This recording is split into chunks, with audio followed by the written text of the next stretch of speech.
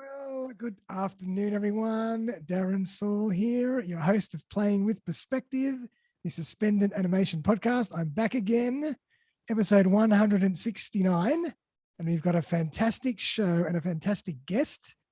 Today, we're going to be chatting all about how to help leaders navigate tricky workplace conversations with a fabulous Leisa Molloy. How are you, Leisa? I'm great. Great to be here, Darren. Thank you for joining me. And this is a fantastic topic, as we were just mentioning before we started recording. I'm fascinated by this subject. And really me too. I'm glad. And I'm really looking forward to getting into this with you. But before we do, I thought I'd let everybody know who Leisa is.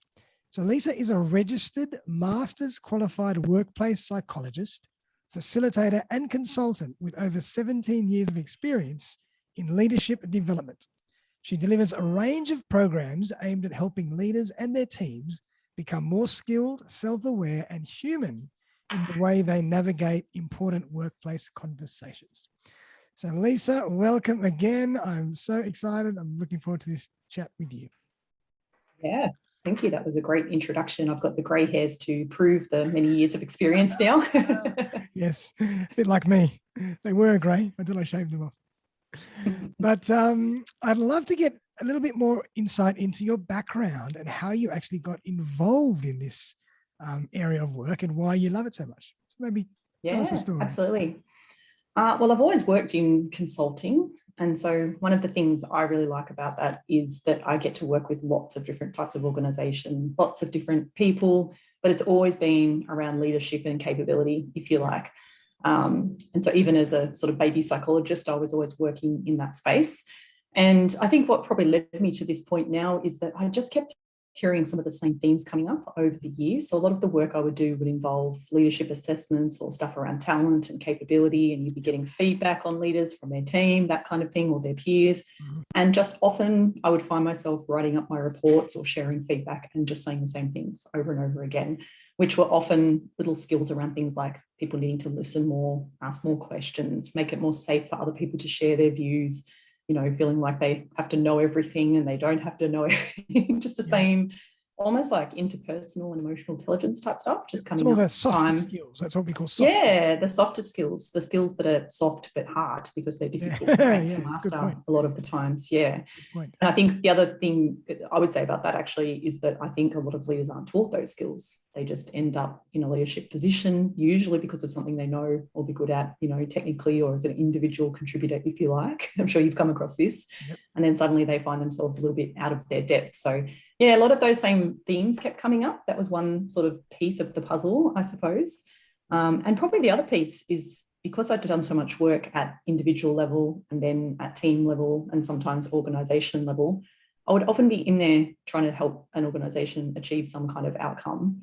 And there'd be all this stuff going on that was just like getting in the way. And it was often politics or ineffective behaviours or performance issues or just things that weren't being addressed. You've probably come across that as well. Yep. And I don't know, I suppose I got quite passionate about how much that was impacting whatever those teams or individuals or groups were trying to achieve. And it was just a constant theme. And most of the time it came back to people being afraid to have tough conversations or not sharing enough feedback or not having clarity around their role because that wasn't coming from the leaders they were working for, which all came back to having really good conversations.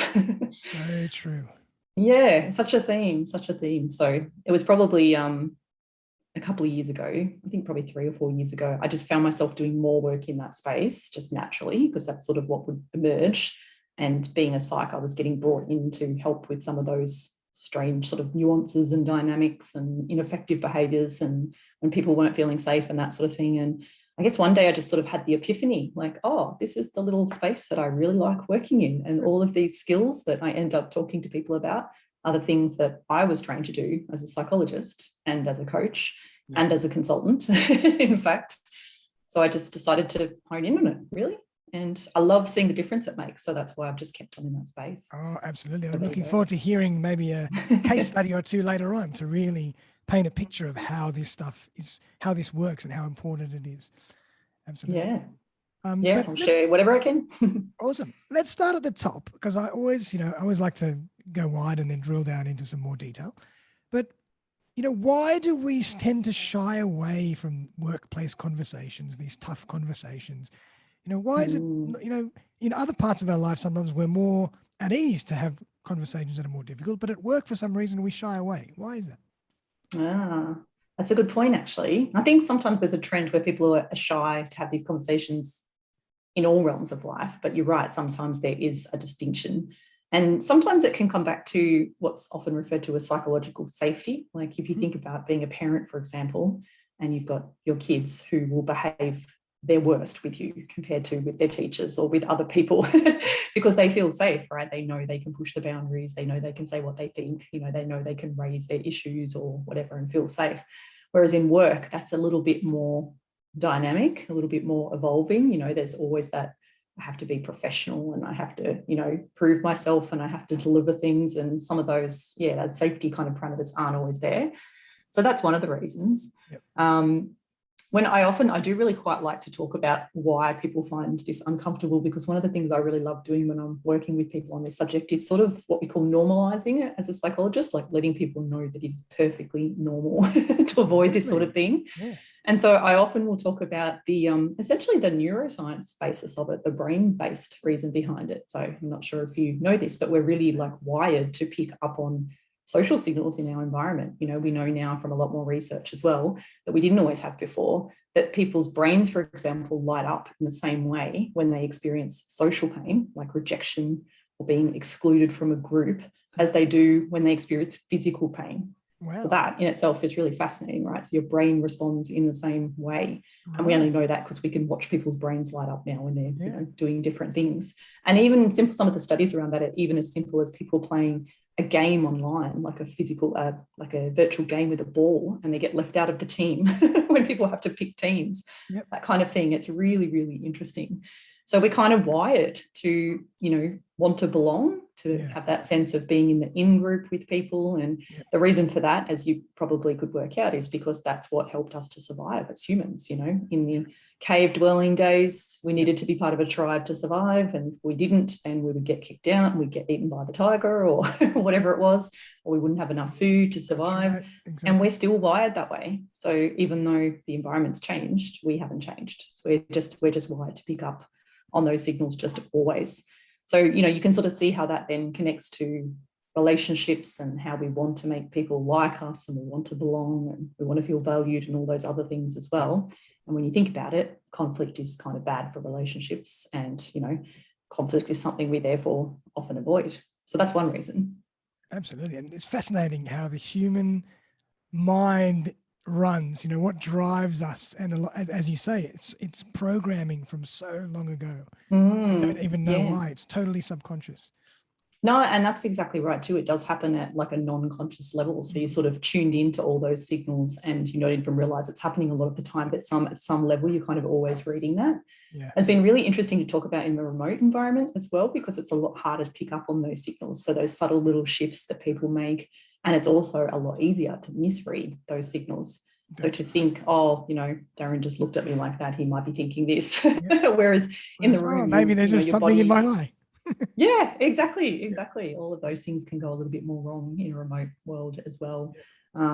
The other reason I often sort of talk about, I suppose, is the other part of the debate. There's sort of like the nature part that we just talked about. And, the other thing I'd add to that is we're wired to focus on the negative things as well, which doesn't help. Our brain's trying to keep us safe. So we focus on those, those threats, those perceived threats.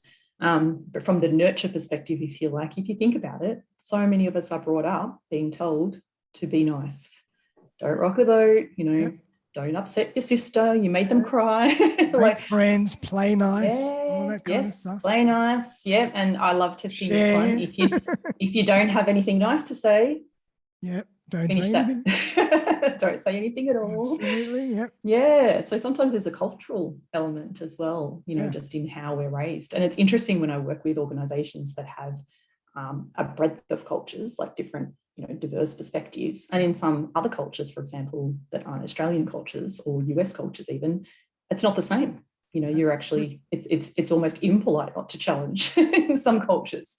True. So that conflict is not seen as uncomfortable, it's seen as productive and a sign of respect. Whereas, for many of us, it's seen as like rocking the boat, essentially. Absolutely. And in some cultures, I know it's even almost to the other extreme where it's impolite or it's very polite to save face. They'll do whatever they have to do to save face. So even if you ask 10 times, they still won't respond honestly because it's about saving face. So that's even all the other extreme as well. Mm-hmm. Yeah, actually, and that goes back to some of what led me here as well. Actually, one of my early experiences. So I did my undergrad psych, and then I worked for a while while I figured out what type of psych I wanted to do, essentially.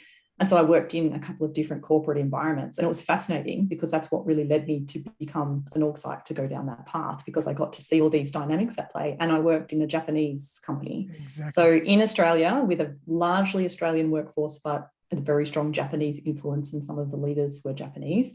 And exactly that thing would happen. You know, they would say yes and mean no. And you couldn't raise anything contentious. It was a really interesting experience, especially when there was such a stark contrast between sort of, you know, mostly Aussie blokes was the sales team, because it was a large sales team and manufacturing type of organization. And then the leadership that were, you know, from Japan essentially. Definitely. And yeah, you couldn't raise issues. So I had a few interesting, that's probably the other thing, I think I had a few interesting experiences around those environments in those workplaces, even before I became a psych and sort of went back and did my master's. That, you know, when I look back, I'm like, no wonder I'm fascinated with leadership, because, you know, I had some interesting examples of leadership through that time. I find that absolutely fascinating, particularly with regards to Japanese and Korean culture. It's very hierarchical, and all those rules and regulations and etiquette around who speaks first. You know, even, you know, in a lot of those cultures, they do a lot of work at restaurants, you know, after work, who eats first, who drinks first. It's all about the right way to do things. And it's all about saving face and hierarchy. So it's fascinating. And interestingly, back to that culture piece too, so one of the organizations that I have worked with for some time, somebody there was telling me a story about how things are done in Israel. So they were from Israel, and they were telling me this story about when they were a young child and they went into a bakery and they were trying to buy a roll of bread or whatever it is. And they were being very polite and standing back, and they weren't getting served. And they stood there for an hour or so. This was like an 8-year-old at the time. And then suddenly they looked around and they realized what was going on. And I think they'd gone to live in Israel, but they weren't from Israel. That was the background. And they realized, this is not going to work for me. I need to be like all these other people. So they said they walked up to the front and were like, hey, give me this now. And just started being kind of really forthright and almost aggressive, because that's what they realized in that moment. It was a bit of an aha moment for them, like, oh, this culture's different to how I was raised, and so I need to be different. And that was, you know, told to me as a story around how, you know, some of the individuals in that organization who came from that background were seen as aggressive and confrontational, when actually that was the norm. You know, I'll share my perspective, you share your perspective, let's hash it out until we agree on something. Exactly. You know, totally different from what a lot of Australians do, really. That's true. I've worked a little bit in Israel years and years ago, in a kibbutz and, you know, in a cafe, and it's just a different culture. It's an amazing culture, but it's a different way of life, and you have to play by slightly different rules. That's just the way it works. And, you know, the same goes for many cultures as well around the world. And so do you have experiences to share around that as well? Was it similar? I'm pretty good with people and adapting. So I adapted pretty fast, but, you know, I obviously became a little bit more assertive, and I wasn't as diplomatic, because that's just not the way things are in a lot of cases. You know, again, I don't want to stereotype, but, you know, it's just a different pace, it's a different rhythm, and it's a different way of life. So you have to adapt to the way things are over there. So I think it's fascinating, you know, but by the same token, the culture is electric because of that. But I don't want to digress too much, because I really want to get into. No. And actually, I would just add one more thing to that. Of course, then you get cultural differences within organizations too, don't you? Cultures within organizations, and then pocket subcultures in there as well. So 100%. It's really interesting. And that's probably what led to a lot of my fascination with this, is watching that play out. Yep.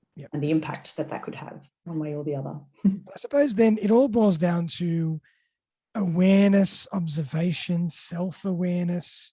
You know, these are the basics of, you know, being able to move forward in what you do. But in terms of the benefits of really mastering, or maybe not, the word mastering is not easy, not the right word to use, because we never master anything, but in getting better with workplace conversations or difficult conversations, what are some of the real benefits, maybe obvious and not so obvious, that you've noticed over the years when people can do this well?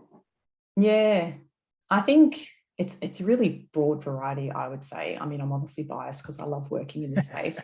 But one thing I often do is I'll share statistics and things like that, like studies and research, and there's some fascinating stuff out there. So to give you an example, when you think about what often motivates people in organizations at the top to invest in this sort of stuff, often it's the bottom line, right? Yep. And so as an example, a HBR research sort of paper they looked at, and they got all of these top CEOs and so on to talk about the cost of different people problems in an organization. And some of the top ones were avoiding conflict and not dealing with bad performance.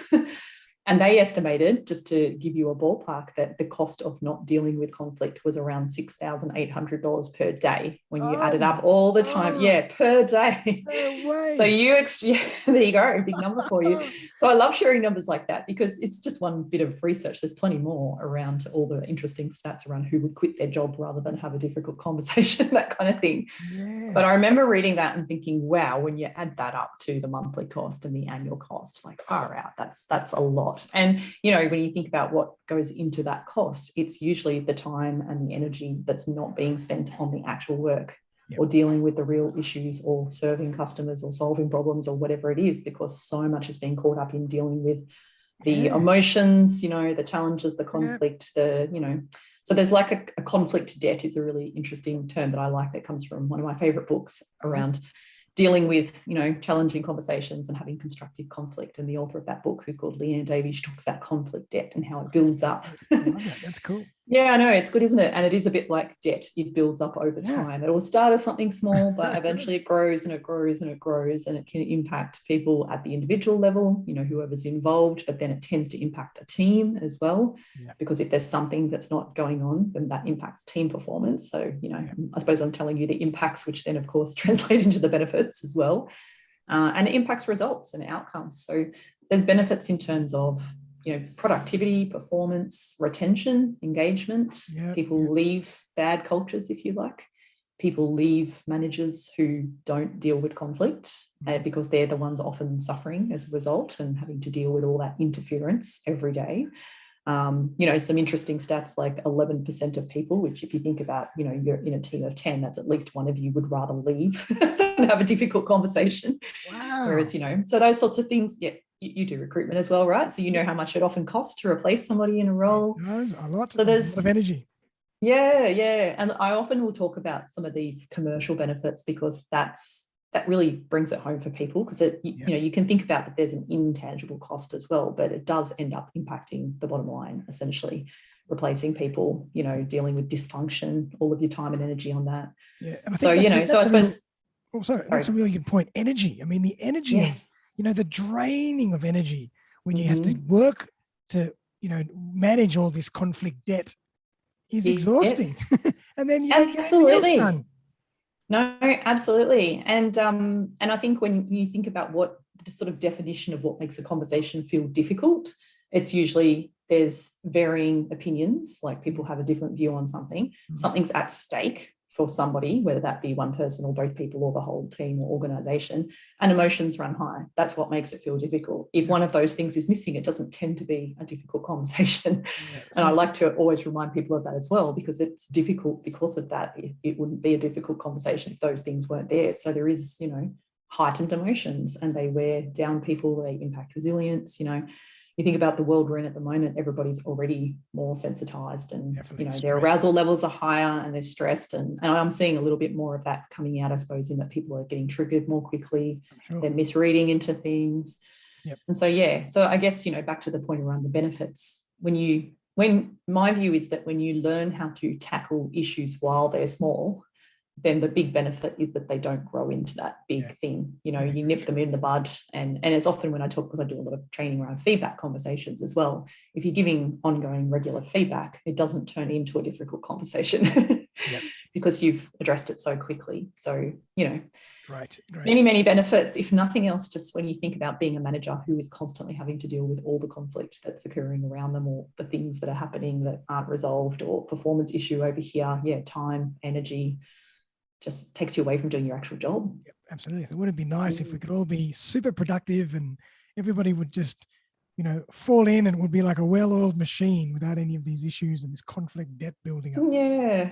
Yeah. And look, there's always going to be some things, isn't there? Because people are people and they bring all their complexities to the workplace. And then, if work's important to them, then things do come into play always. But I suppose the thing around difficult conversations is that if you can learn the skills to tackle them before they become too big, then it might still feel a little bit uncomfortable, but you'll move through it really quickly and get back to working well and all those positive benefits. So absolutely. And even possibly learning the skills to avoid getting into difficult conversations in the first place.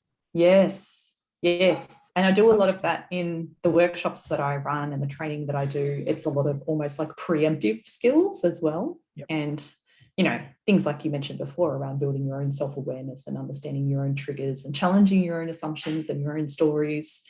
There's so much in there, isn't there? Because it still comes from that place of, well, I'm a human and I've got my whole view of what's happening, and so are you, and you've got your whole view. We've all got our ego, our agenda, and we've all got, what drives us, what triggers us. So understanding ourselves, if we can self-modulate in a way, you can avoid a lot of these issues. Yeah, that's right. Well, learning to sort of tune in to, what's happening for you that might lead you to be triggered, if you like, that then can escalate into something more. Or when you see that in others, which comes back to that point I made earlier around that whole idea of psychological safety. I don't know if you've come across that much before, but it's become, it's probably worth mentioning that it's become a little bit more, I think, popular in a way in the world of work, because there's been some really interesting, cool research that came from Google, for example. It's actually Amy Edmondson's research, but Google are the one who popularized it because they stumbled across it and went, wow, this is the big secret of high-performing teams. They figured out, this was the number one thing that made the difference in their high-performing teams versus their not as high-performing teams. And so it really just refers to the idea that psychological safety, it's a dynamic thing that changes all the time. But when you are feeling psychologically safe, essentially means that you feel as though you can be yourself, just be yourself, like bring your whole self to work. You can share your ideas, you can learn and make mistakes and try things out and fail and all those sorts of things. And almost at the top level, you can challenge the status quo, which is where, you might be raising a red flag or bringing up something contentious. And you can do all of those things without it costing you anything, without feeling that there's going to be some kind of retribution or it's going to be, expensive in some way for you to do those things. Yep. So, we can all relate to often working somewhere where that might have been there and then it very quickly wasn't there anymore. And then, I can think of many places I've worked in the past where I was scared to say anything. I just had to do that's it. Yeah. That's the way it is, I suppose. But fascinating stuff. I mean, and I'm glad you brought up feedback, because feedback is such an important thing as well. And it's a real skill to give feedback properly. But maybe if we take feedback into the larger context, and I want to kind of give the audience maybe some tips and strategies on how they can start handling difficult conversations or feedback conversations. Have you got any simple breakdown steps that can help us? Yeah, probably a couple of, I actually do share a lot of frameworks and step-by-step approaches when I teach these sort of subjects, because I find people respond well to a bit of structure and, a step-by-step, here's what you can say, like here's what you can try. Yeah, absolutely. But then it's very nuanced as well, isn't it? Because conversations sort of evolve. But the one piece I would love to talk about, and where I always get people to start, whether it's a challenging conversation or a feedback conversation, is with their intent, like stopping and reflecting and thinking, why am I bringing this up? Why is it important? What do I really want in raising this? What do I want for the issue? What do I want for the relationship? What do I want for the conversation? I love it. I hate to jump in, but I'm so passionate about that, because, I heard this years ago, and I always, every now and again, I don't do this all the time, but I'll try and ask myself, what am I actually going to benefit, and what is the other person going to benefit if I actually say this or bring this up? If it's purely for my benefit, maybe it's not even worth bringing up. Yeah, absolutely. And I think just as important a question is also, what don't I want? So what do I want and what don't I want? And even just digging into that question enough gets people really thinking. Yep.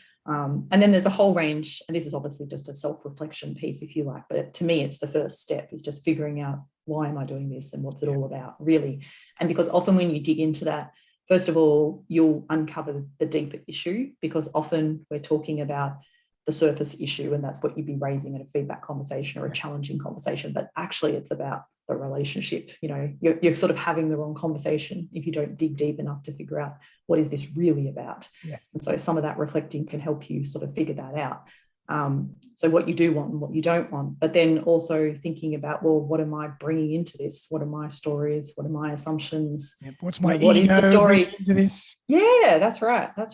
And what is that? Why does that matter? If that is happening, what's triggered that off? What does that mean to me? So, I love sharing stuff around different triggers that people often respond to. Again, coming back to that, we're wired to pick up on a lot of social signals, and there's some really common research-backed things that matter to us, like autonomy, having a sense of status. But when I say status, it doesn't necessarily mean I'm better than you or I'm paid more than you. It can mean I'm an expert and I see myself as an expert. And so when you say something that suggests that I'm not an expert, then I get triggered. Like, there's a whole range of factors that have come out in the research that are really important to most people, and they can trigger you, or they can lead you to make people feel unsafe if you inadvertently trigger them in others as well. Right. So digging back into, what am I bringing to the conversation? What is my story? And then, what's going on for the other person? Just a whole lot of reflection is kind of where I get people to start. But just empathy, really. Everybody's throwing this term around a lot, but it's emotional intelligence and empathy in a way.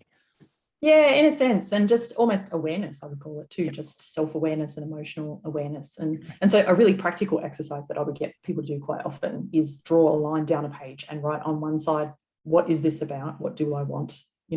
What is the issue that I want to talk about? Nice. And then what isn't it about? What don't I want? And so on. And there's a skill that I often teach around that called contrasting, which comes from a book called Crucial Conversations, which is a bit corny, by the way, if anybody listens to it or reads it, but it's got some really good stuff in there. It's just a bit corny at times. But it's about then articulating that, learning to make it safe for other people by actually expressing that. But you can't do it until you've done the thinking. So, to give you an actual example, if you're raising something about someone's presentation, you might share some feedback and they think, oh my goodness, my performance is terrible, my boss thinks it's awful, or whatever. When you can use that skill to say, this is not about your overall performance. I just want to speak about that one situation last week, So you're kind of bringing it into perspective, contextualizing it, reassuring people that it's not some big thing, because that's what our brains will do sometimes. So it's how you set up the conversation, how you frame the conversation. Absolutely. Before you just dive in. Yes. And I can tell you now that step in itself, which is just the first step in the frameworks that I teach, most of them, is a game changer for most people. Sure. Like, I've had a coaching client I finished with recently, and she said, literally, Leisa, this changed my life, because she's used that skill in every workplace conversation, every meeting. She works in quite a high stakes role, every single interaction she goes into, she just takes 5 minutes to think, what do I want to share? What is the key message I want to give? What is this not about? And just that little bit of prep. She says it just changed everything for her. So, because I suppose if you don't, absolutely. If you don't allow the other person to really understand where you're coming from and what the issue is, they'll take it off in their own tangent and, blow it up into something totally different than what it actually is. Yeah, that's it. And I think in the absence of certainty, back to our brain perspective, then our head fills with the story. So your brain tries to predict what's going to happen next and keep you safe. And conserve energy. They're the three kind of main functions of our brain, which can translate into coming up with a story that's not true, making assumptions and biases, because that's your brain taking a shortcut to save you some energy. Oh, this is what happened before, or every person who I know who was like that had this characteristic. Oh, that's probably what's going on here. And keeping you safe, like, I'm feeling threatened, so I'm going to have a response now. And then, your emotion center takes over and you can't think rationally anymore. And so, that's it. So, so that's one of my big tips, is just getting really clear around that, which does take time and reflection. But it does mean that at least you go into a conversation really clear on what it's about, what it's not about, what you're trying to get from it. So framing it properly, being aware of what you're trying to achieve, what's the intent. Any other one or two steps?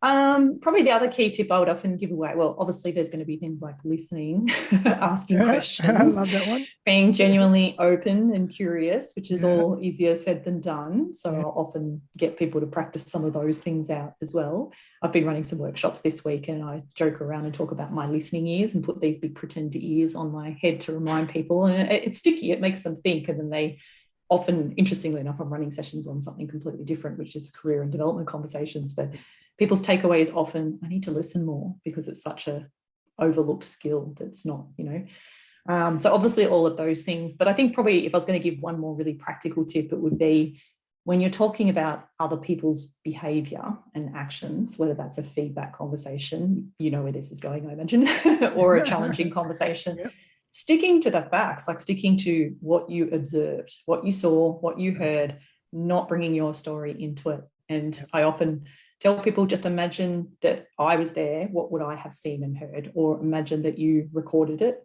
And I often do it like this, like old school camera, but these days it's like mobile phone camera. But imagine you recorded it, what would you actually see? Because if you can stick to those observable behaviors and talk about them really objectively, it stops you getting into that tussle where often you're applying a label or a generalization or an assumption. And you might say something like, well, you were really aggressive. And they'll say, well, no, I wasn't. Yes, you were. No, I wasn't. Well, I didn't think I was aggressive. Well, I did. And you just can't go anywhere with that. 100%. So sticking to, the observable stuff, and then instead linking that to, well, the impact of that was, and again, here are some observations, or this is how I felt. And it's not about you causing my feelings, but it's just, I'm sharing, this is how I felt in that moment, or how that person felt. Or so, you kind of sticking to the facts with other people, but you can be a little bit more subjective, not subjective, but share your experience more when it's about you, because often that's also what adds the weight to the conversation. That's by saying, this is the impact it had. And then often people will be like, I had no idea. I'm sorry, I didn't realize that. I didn't intend that. And it almost clears up the issue really quickly. Yeah, which is almost like the initial step of how you frame things. If you frame them in that way, whereby you're saying, this is how I felt, you're already saying, relax, this is just me, this is just my feelings, it's not fact, we're just having a conversation. So it's almost how you're setting up the whole conversation in the first place. Yeah, absolutely. And again, even when you go back to that framing piece too, then I do a lot of work with this on people, that you can say something like, hey, I'm going to share my observations and my perspective, but then I'd really love to hear yours. Is that okay? And then following through on that, of course, actually listening when the time comes to get the other person to share their perspective and asking all those really great questions. And, they all sound simple in principle. This is what I find, but it's easier said than done. So again, it comes back to what I get very passionate about, is just leaders aren't taught these things. And in fact, not many professionals are taught these things. No. I was taught these things because I was a lifeline counsellor and a psych, and I went through all of that training. That's right. And, my lifeline skills, for example, have seen me through all of my career. They've served me so well right from the very start when I did that back in undergrad. Yeah. But nobody's normally explicitly taught how to paraphrase and how to reflect and how to actually show empathy, what that really is, rather than what it isn't, which people often get wrong as well. And learning that you don't have to fix things. If somebody is experiencing emotion, you can learn to sit with that discomfort and just be there for them. You don't have to jump in and save things or come up with your advice or all that little micro skills. Yes, I find them fascinating. I kind of geek out on all the small nuances that can make a big difference, I've always been fascinated by human interaction and psychology. And, to me, this stuff is just, an immense area of study, and observation, and it never ends. You can learn constantly, and it just fascinates me. And me too, obviously, or I wouldn't still be a psychologist, but what's really interesting is that everybody is different. Obviously everyone's got their own individual drivers and motives and all those sorts of things, and responses and personality styles. But then there's also really clear trends where most humans respond in a certain way to certain things. Right. Yep, that's right. So when you can learn those trends, that's like the first step in understanding, that could set off this person, or that could trigger a response that I'm not aiming for. And you can learn to proactively address that, or address it in the moment. But then, of course, you still have to inquire and learn to adapt to different individuals as well. Yep. So, some of my clients will have really robust conversations with one their manager or one person in their team, and they can say anything, anytime, and the trust is 100% there. And then there'll be other people where they're tippy-toeing around. So often a lot of work I'm doing in coaching context is helping them nuance their approach to all of those different stakeholders and all of those different individuals. But again, coming back to trying to figure them out or asking questions to challenge their own assumptions or, their own idea that they know all the answers or whatever it is. Humility, that's probably another big piece of a lot of what comes into all of this is humility, really. Definitely. Oh, absolutely. Absolutely. That's one of the biggest traits, the most important traits and the biggest skills of human beings in human interaction, I think. I agree. Now, if we take it to the other side, what about in terms of showing appreciation and recognition to people? I mean, what are your thoughts on how we can do that better, or is it the same type of theory? I think and again, I work in that space a little bit as well. It's the other side of feedback in a way, isn't it? Because often when people think about feedback, they only think about the constructive feedback. There's some similar principles that can apply. My view in general is that it isn't done all that well. All that often. Yes, or all that often. And my personal view, I suppose on my experience across all of those years now, is that there's a lot of organisations wasting a lot of money on recognition programs and systems and things that almost take the human out of it, when in fact they can just teach the humans to be good at it in a pretty simple way. So, people often focus on tangible things like money and vouchers, and that's not what people want. And again, coming back to the research, people want to feel valued and appreciated, and they want to feel like they can be themselves and they're recognised. Yeah, exactly. I think there's a lot of room to do it a little bit differently. One of the key ideas I often like to talk about too is the difference between recognition and appreciation. It's a bit of a nuance, and you might find different definitions out there, but there's probably a bit of agreement, I suppose, now that recognition is often about the work that people do or sometimes the behaviours that they demonstrate. But if you think about that, it's almost a bit conditional, like you have to deliver this result or do this thing or demonstrate this behaviour. And so that can mean that's sort of limited. There's not an unending supply of it because people have to do those things to get that recognition. It's almost like a reward. Do something, get a reward. Do something, that's right. And it's still important. It's still important, of course, and people respond to different things and want different types of feedback. Whereas appreciation is almost a bit deeper. It's around appreciating the qualities that someone brings, which taps into all the strengths-based stuff that's floating around and that kind of, hey, Darren, I appreciate you for who you are, not what you did, because that is conditional, but more what you're trying to do. Yeah, that's right. So my view is that a bit of both is important. You do need to share both, but you can really, or leaders that I've worked with can really supercharge their success by tapping into that appreciation bit. And if you think about it, there's a never-ending supply of that because it's really about looking for what it is that you value about people that they bring to the team, the qualities that they bring, the characteristics that they bring. That might translate into the work and, what you can count on them to get done, for example, in a day-to-day environment.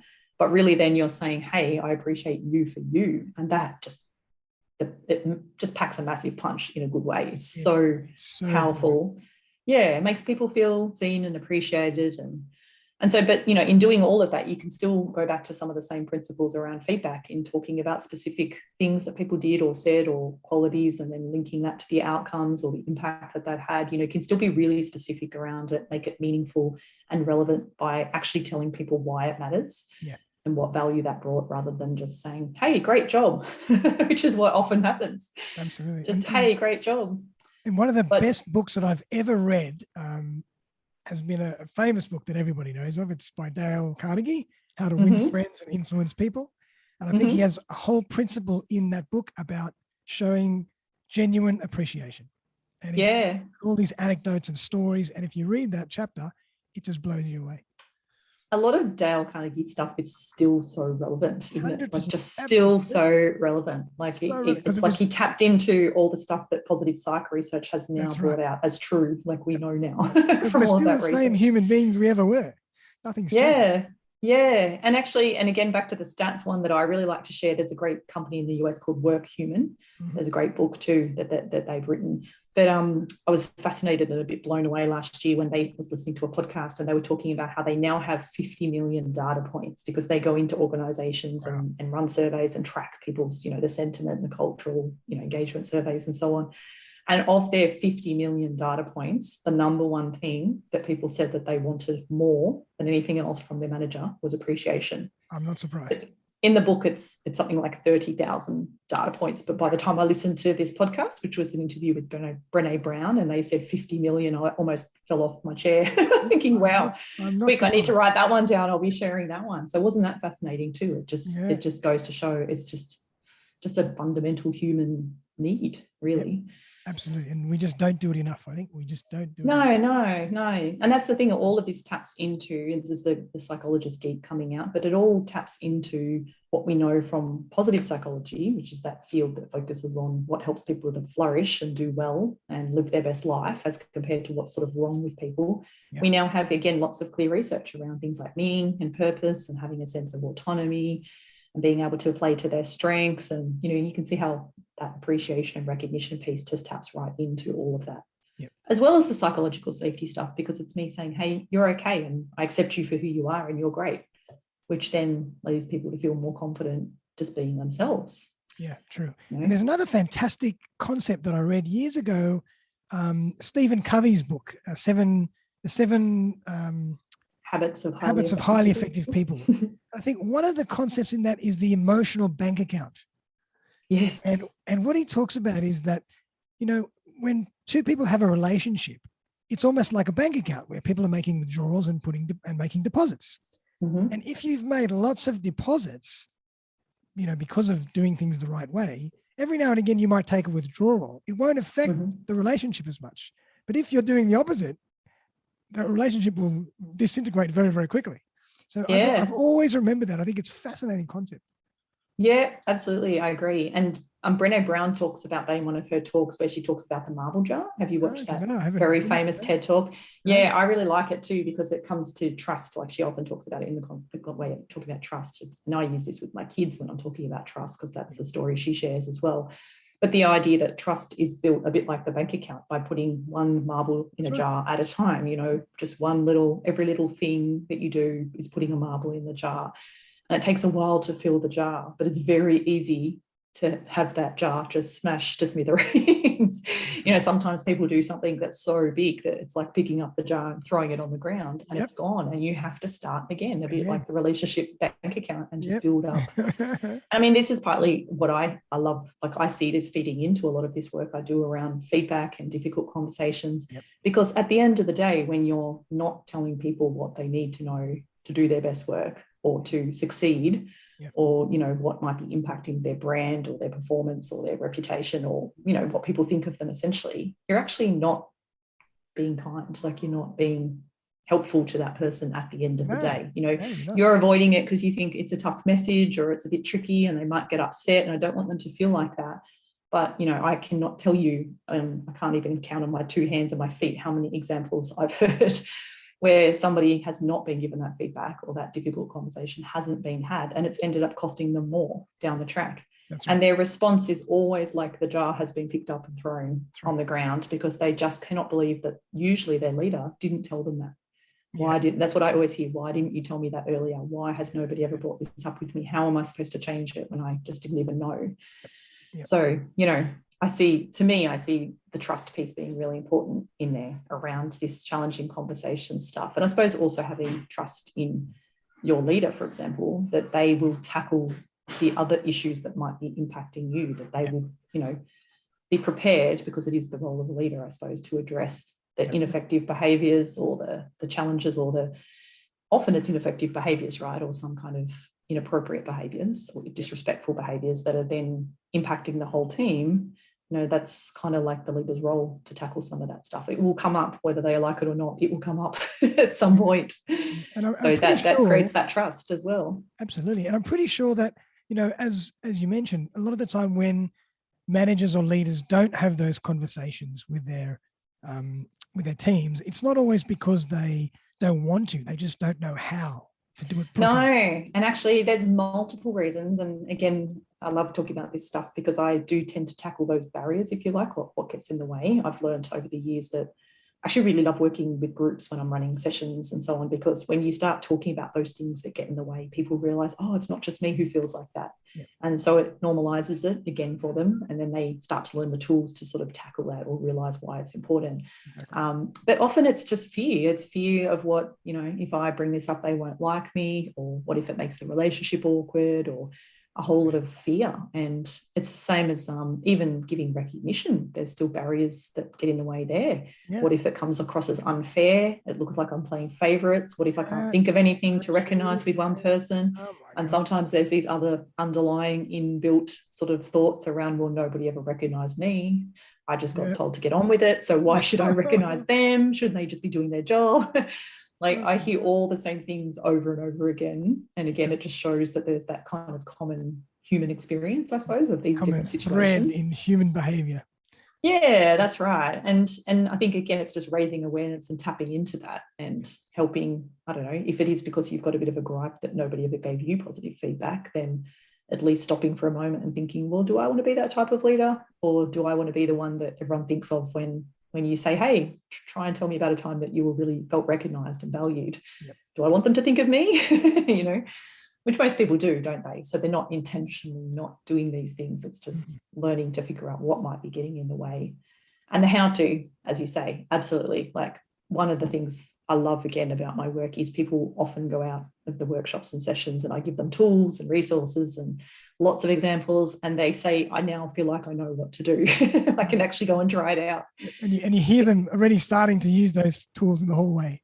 So, yeah, well, and sometimes they do in my sessions. It's quite funny when you're doing a feedback piece or something around recognition, and someone will always have a go at saying, so Leisa, and they'll share like a heartfelt thank you, and they'll try to use the framework I've taught them, or they'll give a bit of feedback or something like that. People often jokingly try it out. And I do get them to try it out. I always get people to try things out in the actual workshops or sessions, because then they know how it feels, because otherwise they walk out thinking, oh, this is easy.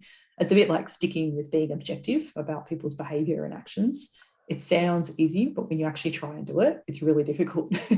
Active process. Whereas that's it. And that's partly why I came to this work too, back to that question about what led me here, because a lot of what I've been trained to do really lends itself to that. One of my roles as a psych in a workplace environment has been, those horrible like simulations and role plays and things that people have to do as part of a recruitment process, or as part of a leadership development program, or graduate program. I've been one of those psychs sitting there with the clipboard watching your behavior and writing things down. And I'm also one of those psychs that's looked at all those assessments that you've had to do where it's all around your style and so on. And our job is to be really objective, just to say, here's what the data suggests, or here's the behavior I observed. And so that's a really strong part of my training, which means I'm quite trained in it, but I recognize that a lot of people aren't. So, often my clients will send me, little things for me to look over, and I'll share back a bit of feedback. What about this? Or you haven't really described that behavior, or whatever it is. And one of them said to me recently, she's like, I don't understand how you do this. You're just a superstar with stuff. I said, 17 years of, Absolutely. experience. Like, this is what I've, So you've got other things that you can do that I don't know how to do. Absolutely. So, you've trained yourself to think and behave and, work through things in that way for 17 years. It's all this motor muscle memory. Yes, that's right. And same as things like listening. That's something that you learn to do and you practice doing, when you're doing counseling or coaching, or you learn it and you build up that skill over time. Yeah. So I guess it's, always reminding people that you can learn those things too. There is scope to build those skills just like any other skill, really. It's just practice 100%. And reflection. Yep. We can learn anything if we set our mind to it. Yeah, absolutely. Awesome. And so, Leisa, tell us a bit more how you work. Do you work just with corporates or do you work with individuals as well? Tell us a bit more about how you actually work. Yeah, so I do work mostly with corporates, in the sense that all my clients, whether they're individuals or groups, are from within organisations. So the organisations engage me directly most of the time. Occasionally it'll be an individual, but usually the company's paying for it anyway. But I do work at different levels. So with individuals in a coaching capacity, one-on-one, and tend to now focus more on these same little buckets of interpersonal stuff and communication skills and trust and safety and all those sorts of things. Yep.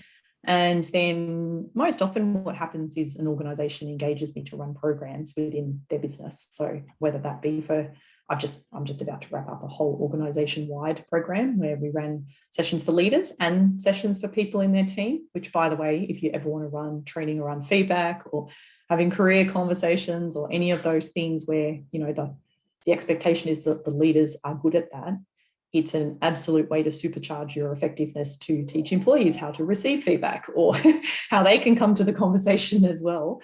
So I love getting to do work like that. So yeah, often it will be with organisations getting me to do whole big sort of programs or run it out to certain cohorts. So there'll be multiple groups going through.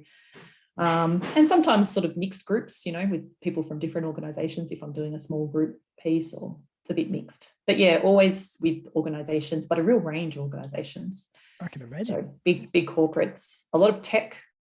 I work in a lot of tech companies these days. Fantastic. Yeah, I really like tech companies. They're full of really interesting people, and you know, things like finance and engineering. If you think about it, makes a lot of sense, because a lot of the individuals I've always worked with have been people who've come from technical or specialist roles into leadership positions. Because again, going back to not necessarily being taught these things, you know, expected to pick up all these people leadership skills with little or no training a lot of the time.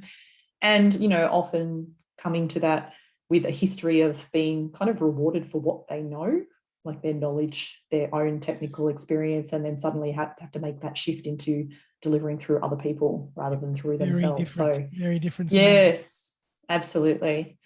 So I just work with a whole range of clients, but most often it's where people are the asset, if you like. You know, it's people, you know, thought-based roles and expertise-based roles, but a good smattering. I can imagine nowadays it's all Zoom and Teams and video conferencing. Yeah, mostly. Yeah, it's been really interesting. I think I've run about 2 sessions in person since COVID started. Wow. But it's interesting because I work with a lot of tech companies. It's quite diverse, but quite a few tech companies. It actually was very normal for some of them to be operating in a hybrid or remote environment anyway. Yes. So it's been interesting that a lot of organizations that were already hybrid and therefore haven't had to really adapt to working in that sort of environment are enjoying the fully remote experience, because people who would often be remote in the sessions they were running were now like, everybody's on the same playing field, we're all in the same Zoom room. So a bit of a mix. I'm looking forward to going back to in-person, that's for sure. But there's perks of both approaches, but it does take a little bit more effort when you think about what I'm often working with, which is how to have tricky conversations or feedback. You know, the dynamic in Zoom is not quite the same. It does. But then that's how people. In the room, it makes a difference. You have to feel your energy. That's right. But this is the environment that people are in. So at the same time, you know, you're learning those skills in the environment in which you have to demonstrate them now as well.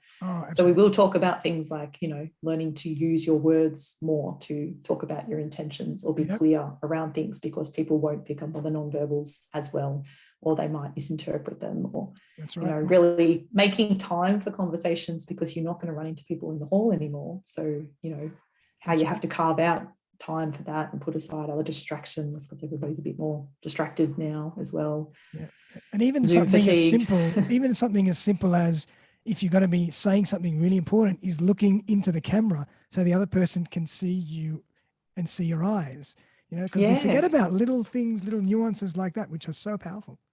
Yeah, well, and interestingly, because the eye contact thing is really interesting, and now we're both noticing each other's eyes while we're talking about this. But I think what I'm noticing too is people start to learn where someone's eyes are to know that they're looking at them. So I can see that you're looking at me, even though you're not looking in your camera. True. And I think we've just adapted to that, which is super interesting, because then when you're talking about noticing people's nonverbals, for example, noticing if they're looking at you or they're looking away, because often they're still thinking or something, then you start to get really attuned to that. So it's almost like we've evolved to notice those things and pick up on that. So new signals in a way.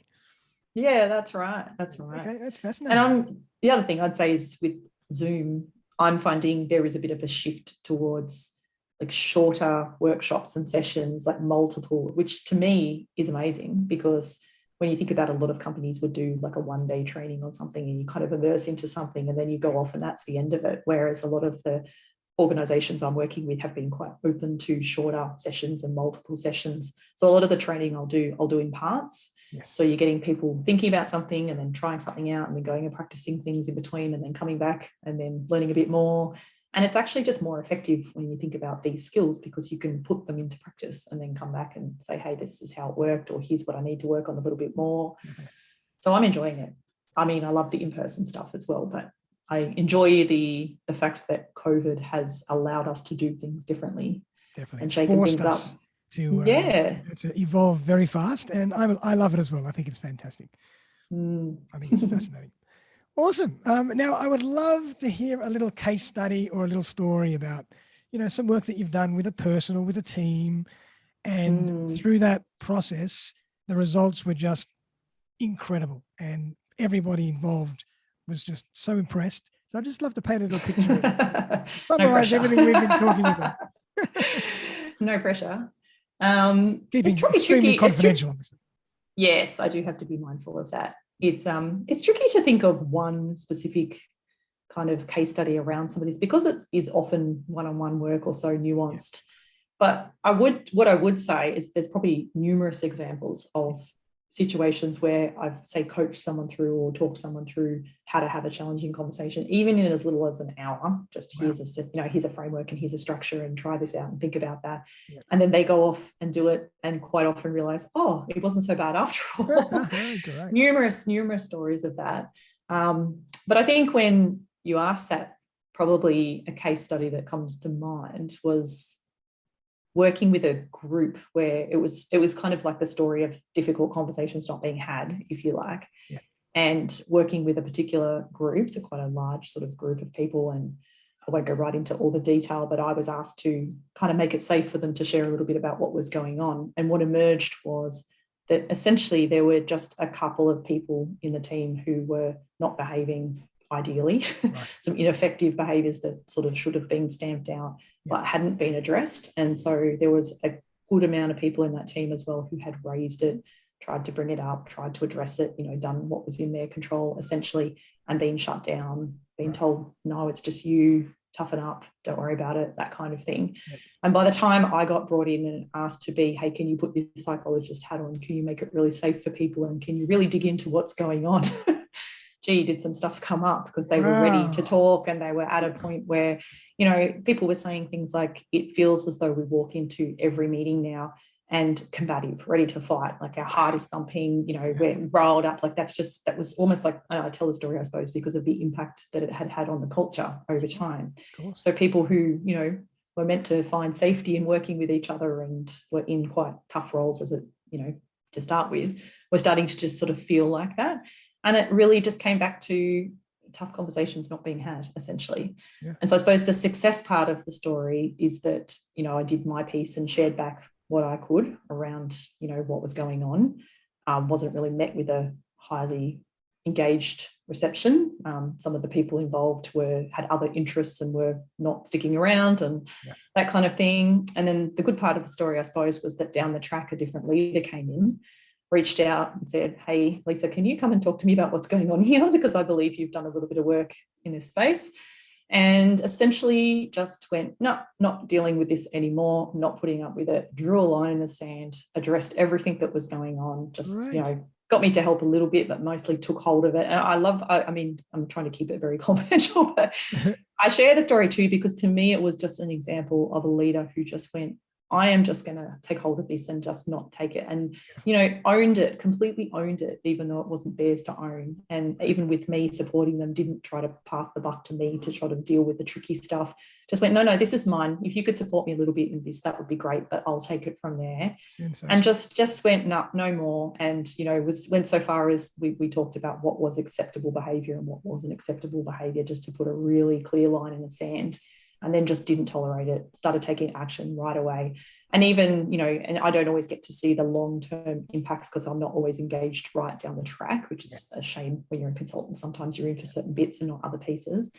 But even a couple of little things that started to shift straight away, you know, when I did go back in, there were people who had previously shared things with me who came up quietly and said, it's starting to change, it's starting to change. And you could see the hope and the optimism in there. And that's so, awesome. you know, I always think of that because it was, I think, a very good example of how much difference one leader could make. Yep. Just to release the tension, all that tension that's been built up. Yeah, well, and it's amazing what transformation can happen. And just decide not to deal with it. I'm not going to tolerate that. Just said, no, that's it. And was brave enough and courageous enough, despite a few things working against them, to just say, no, I'm going to just lean into this and tackle it. So, you know, which is a pretty courageous thing to do. So that was, you know, a positive story, I think. Oh, that's fantastic. Love to hear that. I do hear lots of stories of things going downward very quickly, unfortunately, as well. But, you know, there's been lots of one thing I would say is I often do really see the impact when I get the pleasure of working with groups to run out some training, say, and then having follow-up sessions with them. So probably another success story actually was a group who I worked with from a different culture. So the first session we talked about some of the questions that came up is, do emotions even have a role in the workplace? Why do we even need to care about how people feel? Or, you know, like that was a sort of conversation that was coming up. Yep. Like work's about work. It's not about people and how they feel, and just, you know, questioning things like really sort of basic, I suppose, as compared to, you know, other environments. And then by the end of running a few sessions and then having some ongoing sort of coaching circles over time, they were telling me stories about how they were just creating opportunities to connect with people for no other reason than just to build relationships and trust. And they were like working that into all of them, the whole group. So it was really lovely, I don't know, sort of like a momentum that got going when they leaned into it together and explored the challenges together and realized, oh, we all have similar challenges. And it was just a small thing. So that wasn't what I was training them in, but they just all decided, you know what, the first thing we have to do is just have this connection with people. And, you know, let's do deliberate things to create that connection. And that was then making the difficult conversations less difficult because people were openly sharing more things. And it all boils down to that, you know, to the marble or the bank account. Yeah. You know, when you build those relationships and build a trust, everything kind of takes care of itself.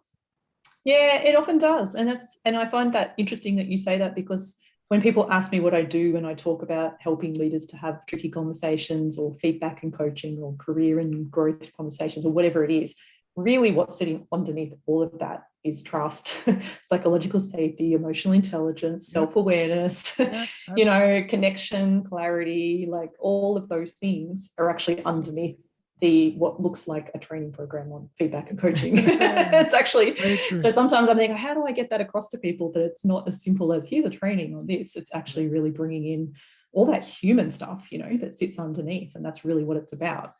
So, and I think that's, you know, what I suppose I realized when I decided to focus more on this space is that I bring that sort of psych lens to that. And, you know, some of the other psych stuff that I sort of play in, I bring all of that as well. So yeah, I suppose it's that mix that I love of the culture and the talent and the capability and the leadership stuff, but then also what's sitting underneath all of that. That's right. Which I think is just I think that's where the world's going in a way, isn't it? When it comes to expectations around leadership. And 100%. The world's getting more and more complicated. We're becoming more and more complicated. It's so important to understand how to deal with other people and how to build relationships. It's so important how to interact with your fellow human being. No, that's right. And especially now, that back to what you said earlier around empathy as well. You know, now, like a lot more of my conversations are around the same things that we talked about, but when I'm getting people to think about other people's behavior or responses, saying, hey, how do you think they're going right now? What could be going on for them? Because, you know, you almost need that extra layer of empathy. Like, we're losing it for each other at times because we are depleted and worn out. And then we're overreading into other people's responses when sometimes it's not about you. It's not about anything other than what's going on in their home right now. Or, you know, so that's the other thing I get quite passionate about, I suppose, is that empathy piece and, you know, learning to the whole picture. Yeah, and just learning to sometimes just all you need to do is just sit with someone and just be with someone and forget all the other things that are going on and actually just connect with them in that moment. And then often that will actually take care of a lot of it. Yeah, so I get quite passionate about that stuff, I suppose, as well. Fascinating. I mean, we could go on forever, but I think this is such an incredibly important and, with a lot of complexity, but you've given a lot of incredible tools and tricks and tips and understanding of how we should go about these conversations and just dealing with each other in a better way. So I think it's been a really powerful episode.